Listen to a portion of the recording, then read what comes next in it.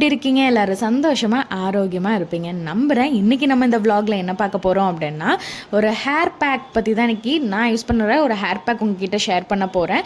So இந்த hair pack வந்து ஒரு எக்ஸலண்ட்டான ஒரு ரிசல்ட் கொடுக்கும். ஒரு ஹேர் க்ரோத்துக்கு அந்த ஹேர் டேமேஜை ப்ரிவென்ட் பண்ணுறதுக்கு எல்லாத்துக்குமே ஒரு சூப்பரான ஒரு ஹேர் பேக். அண்ட் இந்த பேக்கை பற்றியும் உங்கள்கிட்ட ஷேர் பண்ணுறேன். அதே மாதிரி இதை சில பேர் வந்து தவறாக யூஸ் பண்ணி இதை எப்படி யூஸ் பண்ணணும் கரெக்டாக அப்படிங்கிறது தெரியாமல் சில அதில் வந்து ஒரு பயன் கிடைக்காம இருக்கும். ஸோ அது எது மாதிரி யூஸ் பண்ணக்கூடாது அப்படிங்கிற விஷயத்தையுமே நான் இந்த vlogல கண்டிப்பாக உங்களுக்கு நான் ஷேர் பண்ணியிருக்கேன். அதோட அப்படியே அன்றைய நாளோட ஒரு டே ரொட்டீன் வந்து உங்ககிட்ட நான் ஷேர் பண்ணுறேன். நைட்டு சாதம் வந்து மிஞ்சிருந்துச்சு. சரி பழைய சோறு சாப்பிட்லாம் காலையில் அப்படின்னா இது ஒரு சிறந்த உணவு பழைய சோறு அப்படிங்கிறது. அதுவும் இந்த சம்மர் சீசனில் ரொம்ப ஸோ அதனால் வந்து சோறு வந்து நல்லா தண்ணி ஊற்றி வச்சாச்சு. ஸோ காலையில் பழைய சோறு ப்ளஸ் சின்ன வெங்காயம் வந்து வச்சு சாப்பிட்லாம் அப்படின்ட்டு. ஸோ எத்தனை பேருக்கு இந்த பழைய சோறு ரொம்ப பிடிக்கும் அப்படிங்கிறத சொல்லுங்கள். எங்களுக்கு ரொம்ப ஃபேவரட். ஸோ அதனால் மார்னிங் டிஃபனுக்கு ஈஸியாக எங்களுக்கு வச்சாச்சு. குட்டீஸ்க்கு மட்டும் வந்து தோசை ஊற்றி கொடுத்துட்டேன். அண்ட் மதிய லன்ச்சுக்கு அன்றைக்கி நான் என்ன ரெடி பண்ணியிருந்தேன் அப்படின்னு பார்த்தீங்கன்னா, சரி முட்டை பொரியல் செஞ்சு ரொம்ப நாள் ஆச்சு, சரி முட்டை பொரியல் செய்யலாம் அப்படின்னு சொல்லிட்டு. ஸோ அதுக்கு முன்னாடியே வந்து கொஞ்சம் பூண்டெல்லாம் உரித்து கொஞ்சம் ஸ்டோர் பண்ணி வச்சிடலாம் அப்படின்ட்டு இருக்கிற பூண்டெல்லாம் ஃபஸ்ட்டு உரிக்க ஆரம்பித்தேன். இந்த தடவை வாங்கின பூண்டு வந்து பார்த்திங்கன்னா ஃபுல்லாக எல்லாம் குட்டியாக இருந்தது. கொஞ்சம் பூண்டு நமக்கு பெரிய சைஸில் இருந்தால் உரிக்கவும் ஈஸியாக இருக்கும், கொஞ்சம் சீக்கிரம் முடிஞ்சிடும். இந்த நசுவு மாதிரி சின்னதாக இருந்துச்சு அப்படின்னாவே அதை உரிக்கவும் லேட் ஆகும். அண்ட் நமக்கு வந்து பார்த்திங்கன்னா பெரிய அளவுக்குள்ள குவான்டிட்டியும் நமக்கு கிடைக்காது இல்லையா. ஸோ அந்த மாதிரி தான் எனக்கு இது இருந்துச்சு. ரொம்ப நேரம் ஆகிடுச்சு. சரி அப்புறம் அதை உரித்து இது நல்லா டப்பாவில் போட்டு நல்லா வந்து ஸ்டோர் பண்ணி வச்சுட்டேன். இது நான் ஃப்ரிட்ஜில் ஸ்டோர் பண்ணுறதுக்காக கொஞ்சம் டிஷ்யூ பேப்பர்ஸ்லாம் போட்டு அந்த தண்ணி வடியாமல் இருக்கணும், ஏன்னா அப்போ தான் நமக்கு கெட்டு போகாமல் இருக்கும்ல. ஸோ அதனால் இந்த மாதிரி டிஷ்யூ பேப்பர் வச்சு க்ளோஸ் பண்ணி நான் ஃப்ரிட்ஜில் வந்து இதை நான் ஸ்டோர் பண்ணி வச்சுட்டேன் ஒரு பக்கம். அண்ட் ஏன் நான் வந்து மோஸ்ட்லி இதை நான் இது பண்ணுறேன் அப்படின்னா, நம்மளோட டெய்லி ரொட்டீனில் கண்டிப்பாக பூண்டு சமையலுக்கு கம்பல்சரி ஏதாவது ஒரு இதில் கண்டிப்பாக இல்லாமல் இருக்காது. ஸோ அதனால் பூண்டு இருக்கும். அப்படி இல்லைனாலும் பூண்டு பால் அந்த மாதிரி ஏதாவது ஒரு விஷயத்துக்கு இந்த கார்லிக் வந்து ஒரு நெசசரி. அண்ட் கார்லிக்குன்னு சொல்கிறப்போ ஒரு விஷயம் சொல்கிறேன். கார்லிக்கை ஒரு நாளைக்கு அட்லீஸ்ட் ஒரு 6 கார்லிக் வந்து நீங்கள் வந்து ஒரு டெய்லி லைஃப்பில் நீங்கள் வந்து ஒரு நாளைக்கு 6 பல்லு பூண்டை வந்து வெறும் வானலில் சும்மா வதக்கிட்டு கூட அதை வந்து நீங்கள் அப்படியே சாப்பிட்லாம். ஸோ இது உங்களோட இருதய ஆரோக்கியத்துக்கு ரொம்ப நல்லது. என்ன ட்ரை பண்ணி பாருங்கள். அண்ட் ஓகே, நான் என்ன இன்னைக்கு செய்ய ஆரம்பித்தேன் அப்படின்னு பார்த்தீங்கன்னா, இந்த முட்டை பொரியலுக்கு கொஞ்சம் வெங்காயம் ஃபஸ்ட்டு எடுத்துனே கொஞ்சம் எண்ணெய் ஊற்றிட்டு கொஞ்சம் சீரகம்லாம் போட்டுட்டு அண்ட் கம்ரம் இந்த வெங்காயம் திருவி போட்டுட்டு இந்துப்பு தான் ஆட் பண்ணியிருக்கேன். வெங்காயத்தோடய நம்ம உப்பு போட்டுட்டோம் அப்படின்னா கொஞ்சம் வெங்காயம் சீக்கிரமே நமக்கு வந்து வதங்கிடும். அதுக்கப்புறம் கொஞ்சம் கேரட் நல்லா திருவி போட்டுக்கிட்டேன். ஸோ நம்ம கேரட் போடுறப்ப இன்னும் கொஞ்சம் நமக்கு நல்லா டேஸ்ட்டாகவும் இருக்கும். குட்டீஸ்க்கு கொஞ்சம் கொடுக்குறப்ப கொஞ்சம் நல்லா இருக்கும், அவருக்கும் கொஞ்சம் இதெல்லாம் சேர்த்து கொடுக்குறப்ப அப்படின்னு சொல்லிட்டு கேரட்லாம் கொஞ்சம் சேர்த்து போட்டுக்கிட்டேன். அண்ட் பச்சை மிளகா ஒரே ஒரு பச்சை மிளகா மட்டும் போட்டுட்டு காரத்துக்கு பெப்பர் தான் நிறைய தூவிக்கிட்டேன். ஒரு முட்டை வந்து நல்லா உடச்சி கிட்டத்தட்ட ஒரு 5 முட்டையை போட்டு நல்லா மிக்ஸ் கொடுத்து ஒரு ஃபாஸ்ட்டாக நம்ம இது பண்ணிவிட்டு கொஞ்சம் பெப்பரை நல்லா தூவி விட்டுட்டோம் அப்படின்னா சூப்பராக கிண்டி விட்டால் முட்டை பொரியல் செமையாக ரெடி ஆகிடுச்சு. ஸோ கொஞ்சம் குழம்பு என்ன வச்சேன்னா புளிக்குழம்பு தான் வச்சுருந்தேன். முருங்கைக்காய் போட்டு புளிக்குழம்பு வச்சுருந்தேன். ஸோ அது அப்படியே நீங்கள் ஸ்க்ரீனில் பார்க்குறப்போ உங்களுக்கு அப்படியே தெரியும். நான் இப்போ ஹேர் கேர் விஷயத்தை பற்றி நான் ஸ்டார்ட் பண்ணுறேன்.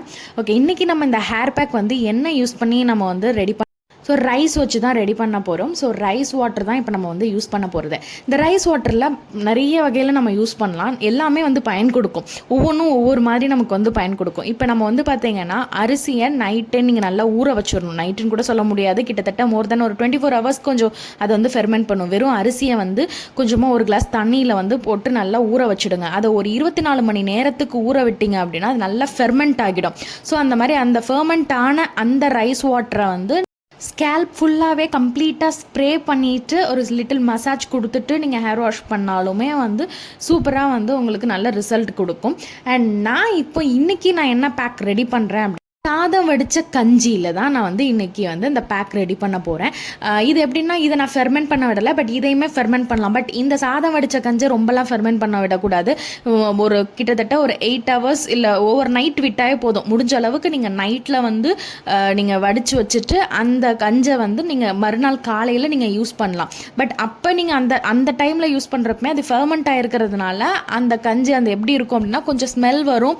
பட் இதுக்கு இருந்தாலும் நீங்கள் வேணும்னா எசென்ஷியல் ஆயிலெலாம் வேணா ஆட் பண்ணிக்கிட்டிங்கன்னா உங்களுக்கு அந்த ஓடர் கொஞ்சம் இல்லாமல் இருக்கும். பட் எனிஹவ் நீங்கள் வந்து ஹேர் வாஷ் பண்ணுறீங்க அப்படின்னா அப்போ வந்து உங்களுக்கு மோஸ்ட்லி அந்த ஸ்மெல்லாம் இருக்காது நீங்கள் நல்லா ஹேர் வாஷ் பண்ணுறப்ப.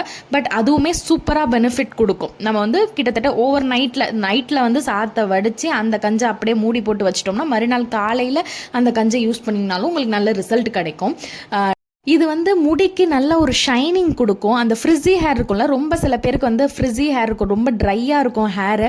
ஸோ அதனாலேயே வந்து பார்த்திங்கன்னா சீக்கிரமே முடி வந்து உடையும், அந்த ஸ்கேல்ப்புமே ரொம்ப ட்ரையாக இருக்கும். ஸோ அதெல்லாம் கிளியர் பண்ணுறதுக்கு இந்த ரைஸ் வாட்டர் வந்து ரொம்ப ஹெல்ப்ஃபுல்லாக இருக்கும். ஸோ முடிக்கு ஒரு நேச்சுரலான ஒரு ஷைனிங் கொடுக்கறதுக்கு இந்த ரைஸ் வாட்டர் ரொம்ப ஹெல்ப்ஃபுல்லாக இருக்கும். பட் இதை விட இன்னும் சூப்பரான ஒரு பேக் தான் இன்றைக்கி நான் ரெடி பண்ண போகிறது. என்ன அப்படின்னு பார்த்தீங்கன்னா, ரைஸ் வாட்டரில் ஸோ நான் இப்போ சாதம் வடித்து இதை நான் ஊரெல்லாம் விட போகிறதில்ல. சாதத்தை வடிச்சிட்டு இப்போ இந்த சாதம் வடித்த கஞ்சை கொஞ்சம் ஆறின பிறகு இதில் நான் வந்து ஆயில் யூஸ் பண்ண போகிறேன்.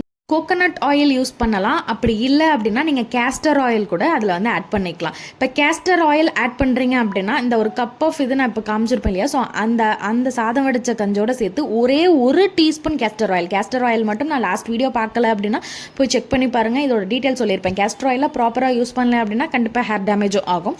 ஸோ இது ஒரு டீஸ்பூன் அளவுக்கு மட்டும் எடுத்து இதில் நீங்கள் வந்து மிக்ஸ் பண்ணிவிட்டு இதை நீங்கள் வந்து ஹேருக்கு அப்ளை பண்ணலாம் தாராளமாக. இது வந்து நான் பார்த்தீங்கன்னா அதாவது சாதம் வடித்து கொஞ்சம் அந்த ஆறுன பிறகு உடனே இதை நான் யூஸ் பண்ணியிருக்கேன்.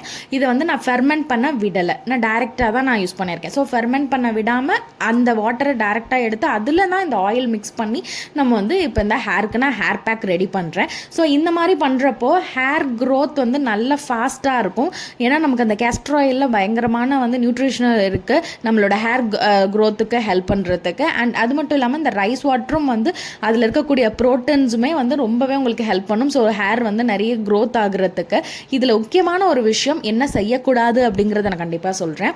இதை வந்து அப்ளை பண்ணிவிட்டு ஒரு 20 நிமிஷம் சாதம் வடித்த கஞ்சை நீங்கள் வந்து ஹேருக்கு பயன்படுத்துகிறீங்க. நாட் ஒன்லி ரைஸ் வாஷ்டு வாட்டர்னு கிடையாது, இல்லை நீங்கள் வந்து ஃபெர்மெண்ட் பண்ண அரிசி ஊற வச்சுருப்பீங்கல்ல, வெறும் அரிசியை ஊற வச்சு அந்த மாதிரி ஃபெர்மெண்ட் பண்ண விட்டு அந்த வாட்டரை யூஸ் பண்ணாலுமே 20 நிமிஷத்துக்கு மேலே நீங்கள் அந்த ஒரு ரைஸ் வாட்டரை வந்து ஸ்கேல்பில் அப்ளை பண்ண வைக்கக்கூடாது. அப்ளை பண்ணிங்களா 20 மினிட்ஸ் ஆயிடுச்சுனாவே இட்ஸ் மோர் தேன் எனஃப். அதுக்கு மேலே நீங்கள் வந்து தலையில் ஊற வைக்கணுங்கிற அவசியம் இல்லை. ஸோ அது வைக்காமல் உடனே நீங்கள் அதுக்கப்புறம் ஹேர் வாஷ் பண்ணிக்கிறது நல்லது. இதை ஏன் சொல்கிறேன் அப்படின்னா, நீங்கள் ஒருவேளை நீங்கள் ரொம்ப நேரம் ஊற விட்டீங்க அப்படின்னா அந்த ரைஸ் வாட்டரில் இருக்கக்கூடிய ப்ரோட்டீன்ஸாக இருக்கட்டும், அதில் இருக்கிற ஸ்டார்ச் எல்லாமே ஸ்கேல்பில் போய் ஓவர் பில்டப் ஆகும். இது என்ன பண்ணுன்னா ஹேர் ரீக்ரோத்தை அப்படியே தடை பண்ணி விட்டுடும். ஸோ அதனால் நீங்கள் வந்து 20 நிமிஷத்துக்கு மேலே இந்த அரிசி வடித்த கஞ்சை நீங்கள் ஒரு ஹேர் பேக்காக ட்ரை பண்ணுறீங்க அப்படின்னா அதுக்கு மேலே வைக்க தேவை கிடையாது. நீங்கள் அதை அப்ளை பண்ணி ஸ்கேல்பில் நல்லா அப்ளை பண்ணி ஒரு ஜென்டில் மசாஜ் கொடுங்க. ஃபஸ்ட்டு ஸ்கேல்பில் அப்ளை பண்ணுறதுக்கெல்லாம் முன்னாடி ஃபஸ்ட்டே உங்கள் முடியை நல்லா சிக்கெடுத்து வச்சுட்டு அதுக்கப்புறமா அப்ளை பண்ண ஆரம்பிங்க. அப்ளை பண்ணி ஒரு 20 நிமிஷம் கழித்து ஹேர் வாஷ் பண்ணிவிடுங்க. அண்ட் ஹேர் வாஷ் பண்ணுறப்போ முடிஞ்ச அளவுக்கு சீக்காய் யூஸ் பண்ணி ஹேர் வாஷ் பண்ணுங்கள். அப்படி இல்லையா ஒரு ஹெர்பல் ஷாம்பூஸாக யூஸ் பண்ணுங்கள். பேராபன் அண்ட் சல்ஃபேட் ஃப்ரீ ஷாம்பூஸாக பார்த்து அந்த மாதிரி நீங்கள் வந்து ட்ரை பண்ணீங்க அப்படின்னா கொஞ்சம் உங்களுக்கு ஹேர் டேமேஜ் ஆகாமல் ப்ரிவென்ட் பண்ணுறதுக்கு ஹெல்ப்ஃபுல்லாக இருக்கும். ஸோ முடிஞ்ச அளவுக்கு வந்து நீங்கள் யூஸ் பண்ணக்கூடிய ஷாம்பூஸை பார்த்து கேர்ஃபுல்லாக பர்ச்சேஸ் பண்ணி யூஸ் பண்ணுங்கள்.